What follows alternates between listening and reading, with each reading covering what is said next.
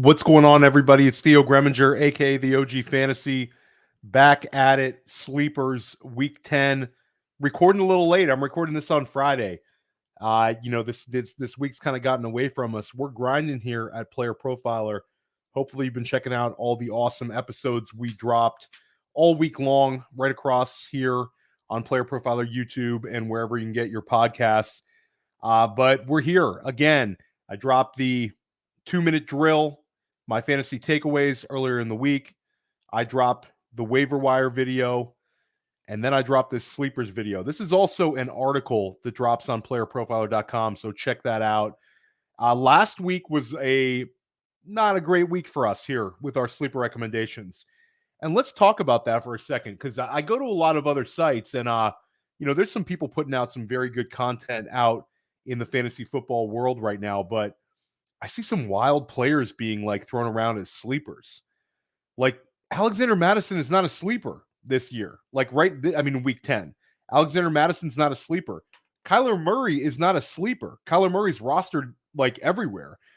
For me, a sleeper is somebody where if I'm in a jam, I can go pick him up in a lot of leagues.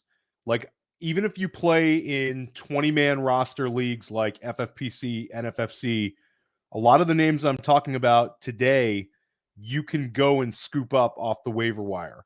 And in a lot of home leagues where you're rostering 15 players total, a lot of these guys are going to be available to you. This video serves two purposes.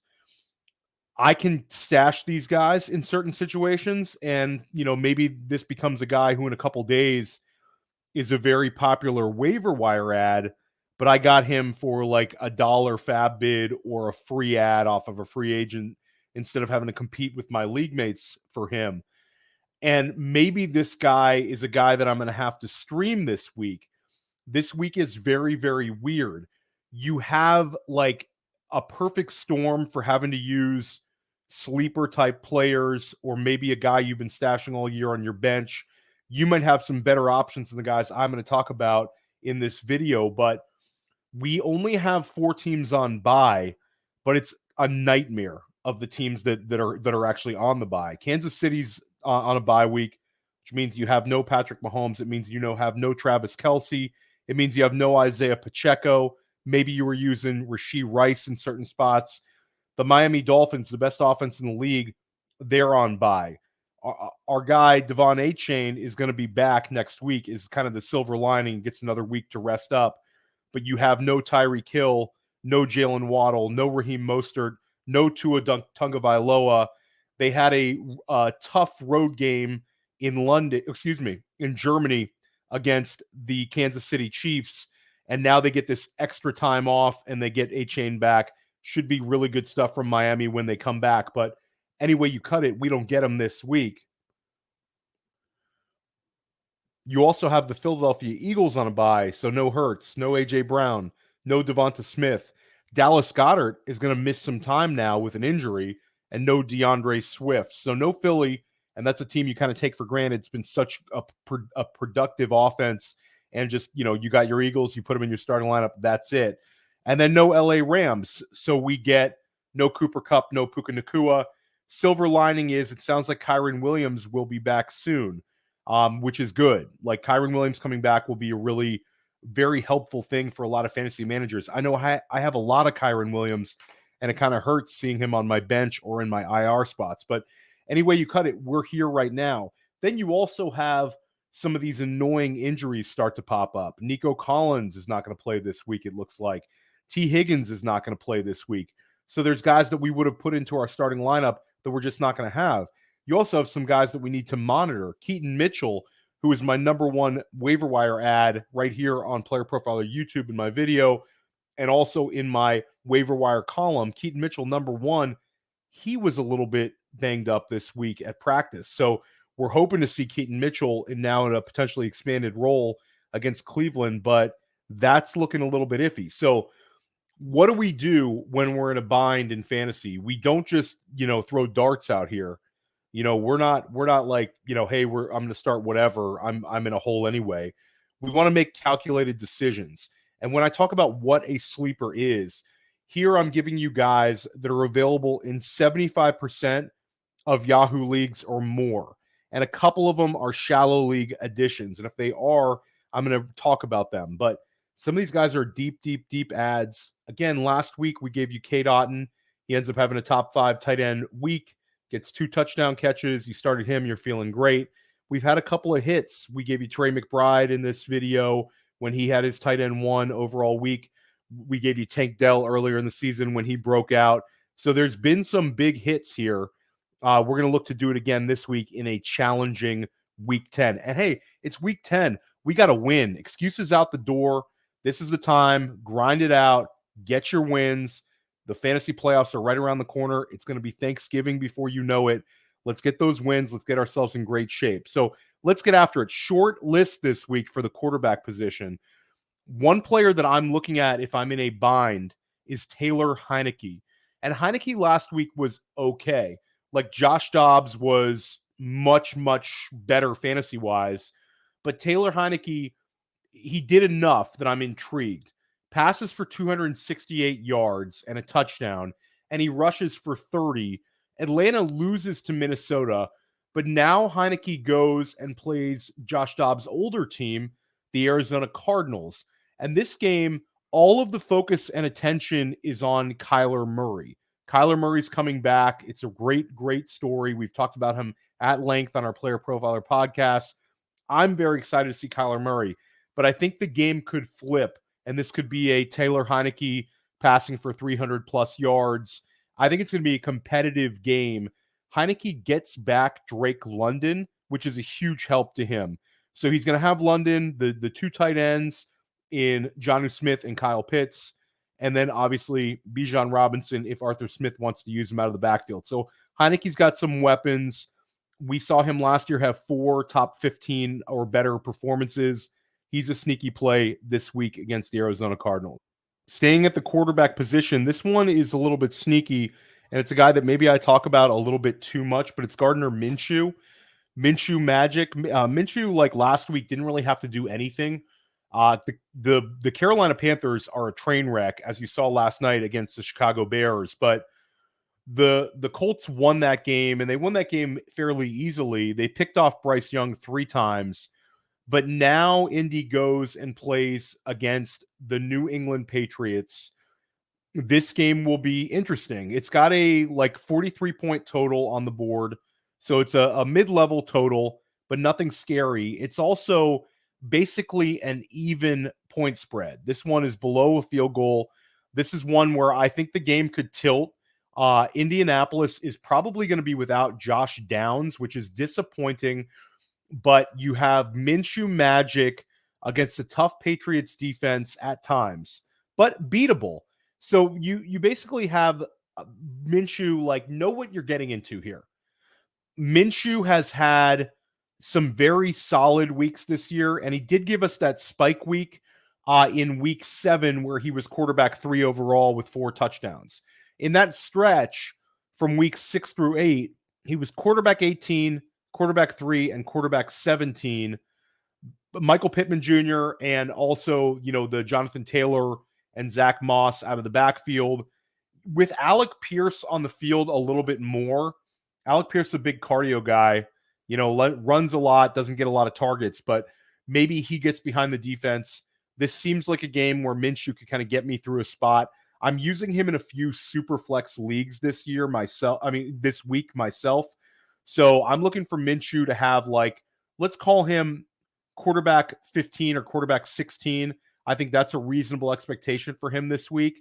And I don't think he's going to I think he's going to outperform what he did last week against Carolina. This is a sneaky game. I kind of like the over as well. Running back wise, Devin Singletary, if you're in a shallow league, should get another start. Singletary is only rostered in 42% of Yahoo leagues. And it's not like he's done anything to pound for fantasy managers to pound the table and have to add him into their lineups. But you do have him on the field a decent amount. And his volume last week was fine. He got 15 touches. It was just the production was terrible. I think if he gets 15 touches again this week against the Cincinnati Bengals, expect for him to have a little bit more production, to say the least. He could potentially triple it up. We're talking about a guy who could give you 65 combined yards. And what is interesting about Singletary would be, with Nico Collins out, maybe Singletary gives you a few more receptions than anticipated. But this is more of a emergency type recommendation, but Singletary could be on your waiver wire. Another emergency type ad would be Justice Hill. Based on the Keaton Mitchell being limited this week at practice, I don't think this is going to be the week where they, unleash Keaton Mitchell and we see a 15 touch type game for him. I think it's probably going to be more likely than not to be similar to the running back breakdown that we saw in Baltimore's win over Seattle, where Justice Hill didn't do a whole lot in terms of yardage, but Justice Hill did have 13 carries. We've also seen him be utilized as a receiver. They have a very tough game against the Cleveland Browns, but Baltimore's also a 6.5-point favorite. So I think Justice Hill will probably lead the Baltimore Ravens in rush attempts. And it's a good enough offense that, if I'm searching for 10 points, I think Justice Hill could give me that, especially if Keaton Mitchell is going to be limited. Again, not a great week for sleeper running backs, guys. Rico Dowdle is one that this is super deep. And it also speaks more to Rico Dowdle should be a guy that if you have room on your bench, as you start seeing the season move along, the running back position usually gets a little bit banged up. And Rico Dowdle is the clear handcuff in Dallas, and he's available in 97% of Yahoo leagues. So if you get kind of grossed out by the Devin Singletaries and the Justice Hill types of the world, where you say, I'd be starting those guys, and it seems like I'd be reaching for a floor type play. Dowdle, based on the point spread, Dallas is a 16.5-point favorite. The game could be decided at halftime with the Giants starting Tommy DeVito. This could be a game where Rico Dowdle sees almost all of the action in the second half. This is obviously me galaxy braining this one and trying to get a little bit creative with my recommendations, but grab Dowdle based on the shot that he's a handcuff running back. And if I'm in a complete bind, Dowdle finding the end zone in the second half of this game would not surprise me this week, because I think that the Cowboys are going to absolutely steamroll the Giants. You rarely see an NFC East game like this where you have this sort of a point spread. This is a historically big point spread in a Dallas Giants game. Another player to stash, because I think the fantasy community is kind of forgetting about him, is Jaleel McLaughlin. McLaughlin had some strong play earlier in the season. It's completely pivoted over to the Javonte Williams show.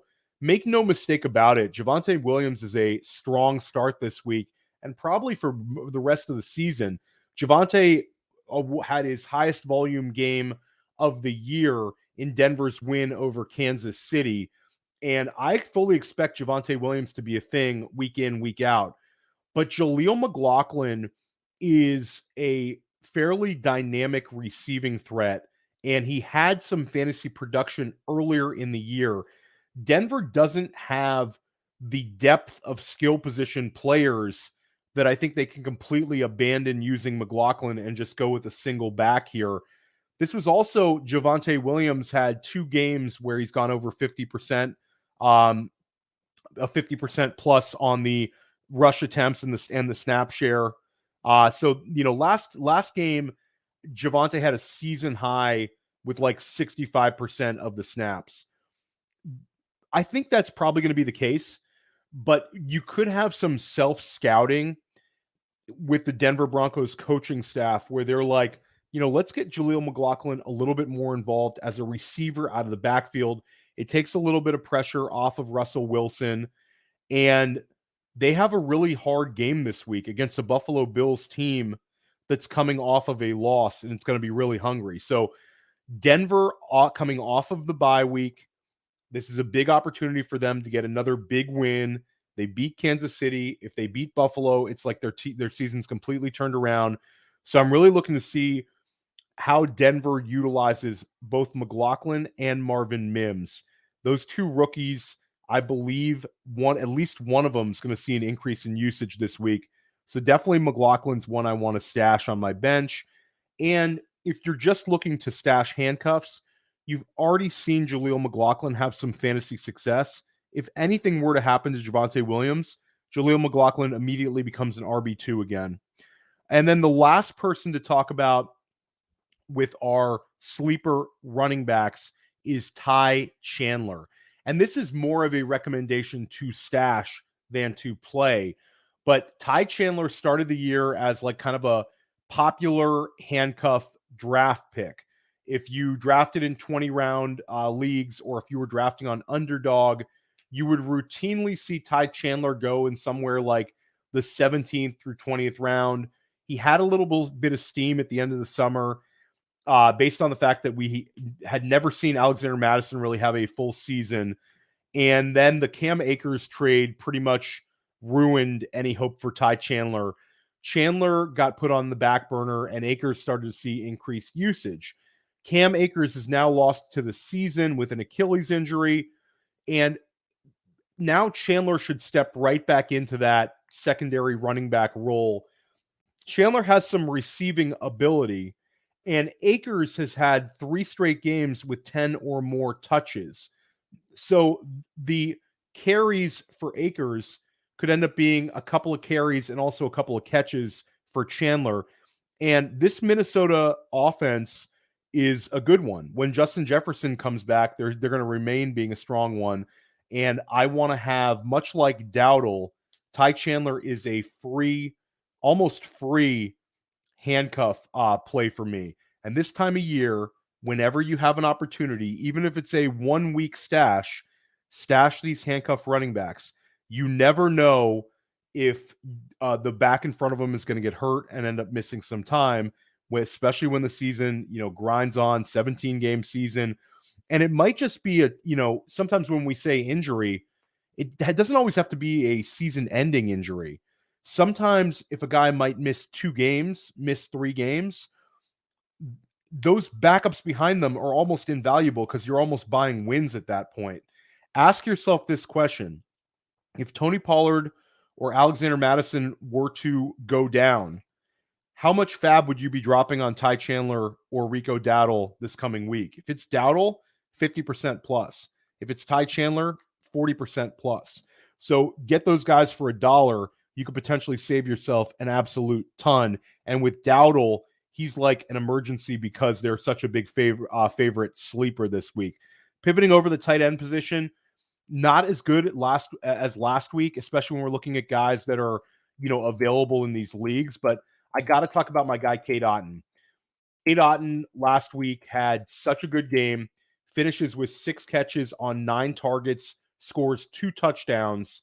Legendary sleeper recommendation. It was great to watch him do that after recommending him.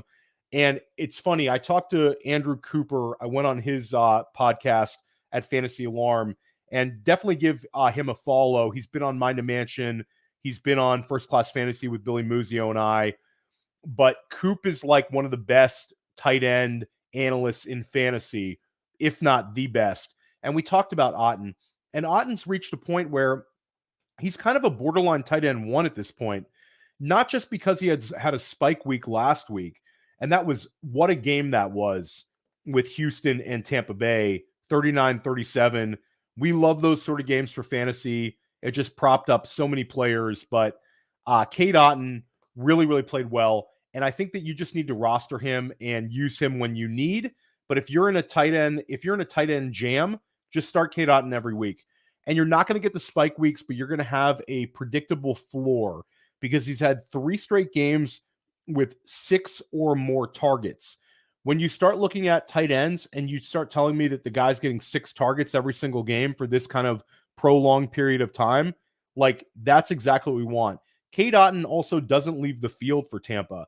He's not one of these guys that just happens to get targets when he's on the field. Like, Cade Otton does not leave the field. He's a very high snap percentage guy. So you don't have to worry about him being on the bench. You're not going to miss him getting losing out on some opportunities to other tight ends. And he showed you his ceiling. So Cade Otton is one you can roll with again.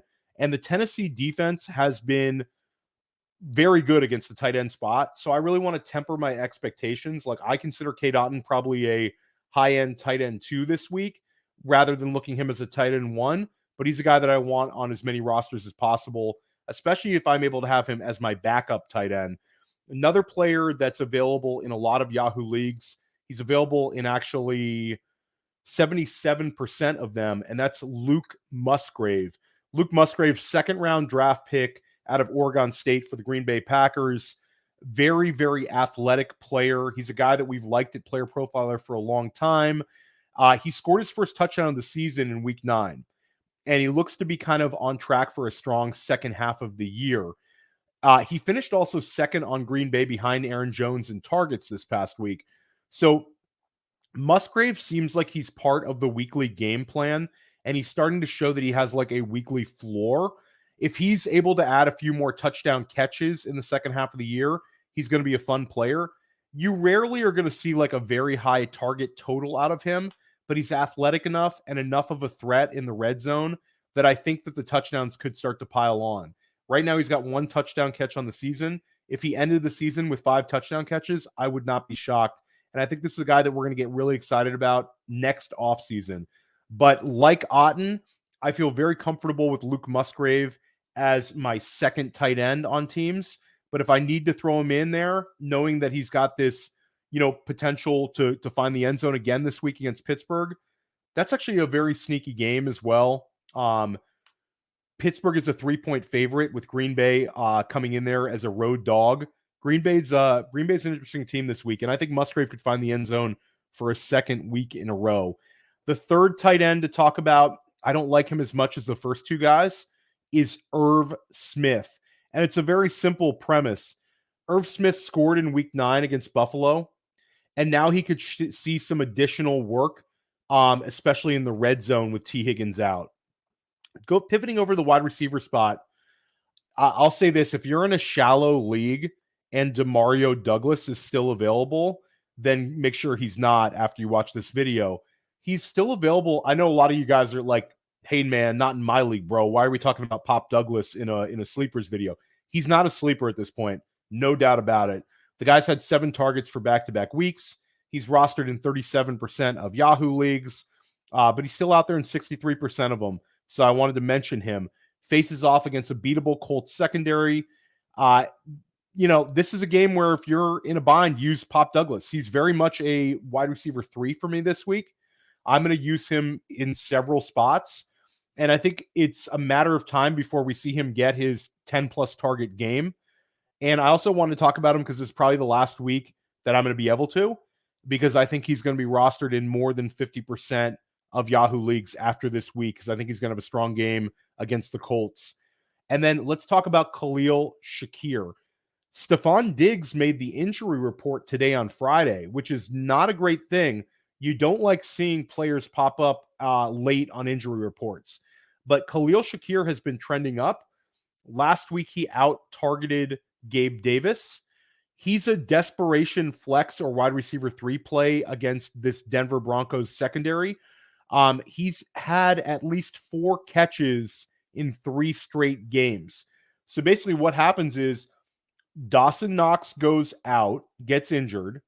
Dalton Kincaid becomes an every down tight end, and they don't go to 2 tight end sets anymore. They're basically in 3 wide receiver sets with Kincaid. So it's very predictable. Buffalo's going to have Stephon Diggs, Kahlil Shakir, and Gabe Davis with Dalton Kincaid, and they struggle at times running the ball. A lot of times. Buffalo could not get it going at all against Cincinnati running the ball. A little bit easier game, to say the least, against a Denver team that's gotten shredded by running backs this year. But I still like Shakir. Shakir gets advantageous matchups in the secondary. Teams have to account for Gabe Davis, and Stephon Diggs is an absolute stud. So Shakir gets advantageous matchups in the secondary, and we now have predictable usage because he's had 4 catches in 3 straight games. I think Josh Allen is going to go nuts this week. Bills coming off a loss. I think Allen is going to go crazy. So this could be a Shakir game. Remember, a few weeks back, he gave us 6 catches for 92 yards. So we've seen a potential spike week from Shakir. We could get another one this week. Then I want to go look at the Houston Texans wide receivers. You have Noah Brown, who's only rostered in 14% of Yahoo Leagues, and you have Robert Woods, who's rostered in 7% of Yahoo Leagues. Nico Collins is going to miss, so both Brown and Woods become interesting spot starts this week. Tank Dell's going to get a lot of work. Dalton Schultz is going to get a lot of work. But at least one of these other Houston wide receivers is going to give us a fantasy relevant week. Brown is probably the one you want to go with first because he's coming off of a career high 153 receiving yards and a touchdown last week in that wild Houston-Tampa Bay game. Brown had a 75-yard touchdown catch last week. This is a very athletic player, and I think he's going to be used by a lot of fantasy managers this week who are looking to like ride the CJ Stroud heater and kind of strike gold with Brown for two straight games. And Brown didn't just come out of nowhere. He had 5 targets or more for 3 straight games, including last week's smash game. So Brown is there for you. And then you also have Woods. Woods missed last week with a foot injury, which kind of opened the door for Brown. So Woods for a lot of the season was ahead of Brown. Woods now should return to this game.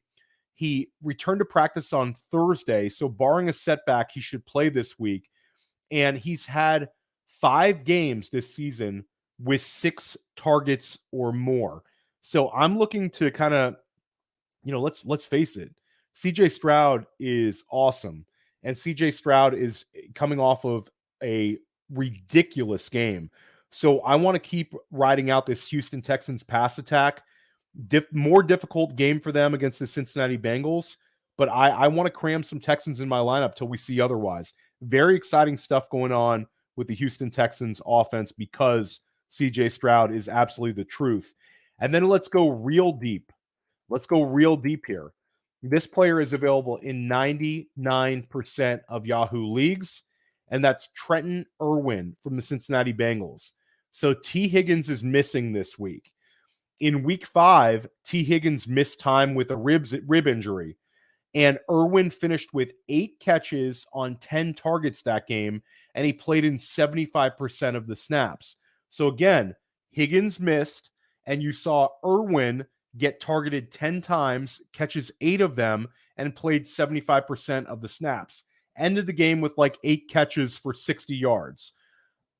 And what was interesting was week 5, everybody thought that would be a Tyler Boyd game because the natural inclination is if Higgins misses time, Boyd should see more work. But Irwin outproduced Boyd in that game. So Irwin is one where if you're in an absolute bind, we're going to chase those week 5 points again. If you're in a real bind, go ahead and grab yourself some Trenton Irwin. Yoshivas, the rookie, is also kind of interesting here. He's definitely a deep threat, but unless there has been a major passing of the torch here, Trenton Irwin is going to get usage in this game. Yoshivas is definitely one I want to roster in some dynasty formats. Interesting player, ridiculous athlete. We'll talk about another rookie in Arizona here on the sleepers list, and that's Michael Wilson. Michael Wilson missed last week's game, should return this week against Atlanta. In Wilson's prior 2 games, he had 11 targets. Kyler Murray should return to his usual fantasy production. And I know there's been a lot of pushback on how will Kyler look when he comes back from injury. I personally don't think that we would see Kyler Murray playing in week 10 if the Arizona Cardinals were not confident in how he looked. And I certainly don't think they would have gotten rid of Josh Dobbs for so cheap if they knew that Kyler Murray was like a risk to look bad or maybe a risk of like re-injury. So I'm more confident in Kyler Murray than some people in fantasy. But I think Michael Wilson could be a sneaky big beneficiary of Murray's return. I've seen some Rondale Moore love this week. where Rondale Moore, people are thinking this could be like the bounce back for Moore with the return of Murray. And Moore did have some productive games last year with Kyler Murray, but that was a different offense. This Drew Petzing offense has not been using Rondale Moore like we saw him in a Cliff Kingsbury offense. I think it's going to be Wilson, and I think that they really want to get something out of Wilson over the second half of the year. They used a 3rd-round pick on him, and there's a chance that they're going to lose Hollywood Brown in free agency this summer. So Wilson becoming a big part of the offense in the second half of the season would be a really nice building block for this Arizona Cardinals team. Hopefully he shows a little bit of chemistry with Kyler Murray, because we're very excited about him coming back. So that's it for the sleepers. Tune in here on Player Profiler YouTube for all of my videos. I will drop the 2-minute drill on Monday. That's my biggest fantasy takeaways from the previous weekend games. Probably not going to talk too much about the Carolina-Chicago game last night, but hopefully we get some exciting ones coming up this weekend. Then I drop a waiver wire video that drops every single Tuesday right here. And I also drop this video on Thursday or Friday. All 3 of these are also articles on playerprofiler.com. Definitely check out my work over there. And then podcast-wise, you can find me on First Class Fantasy with Billy Muzio. You can find me at Press Coverage, Dynasty Life. I'm in the GOAT District sometimes. You can find me on the Sonic Truth Dynasty podcast. Basically, if you're watching Player Profiler YouTube, you're going to see me a lot. Stick with us all year. We want to see you winning fantasy titles. We want to see you winning money. And these are the weeks we got to put our grind in. We've got to get these wins. We've got to do it right. We've got to stash the proper players on our benches, and we got to hit the waiver wire like crazy. It's going to be all over soon. It's going to be Thanksgiving before you know it. Time to get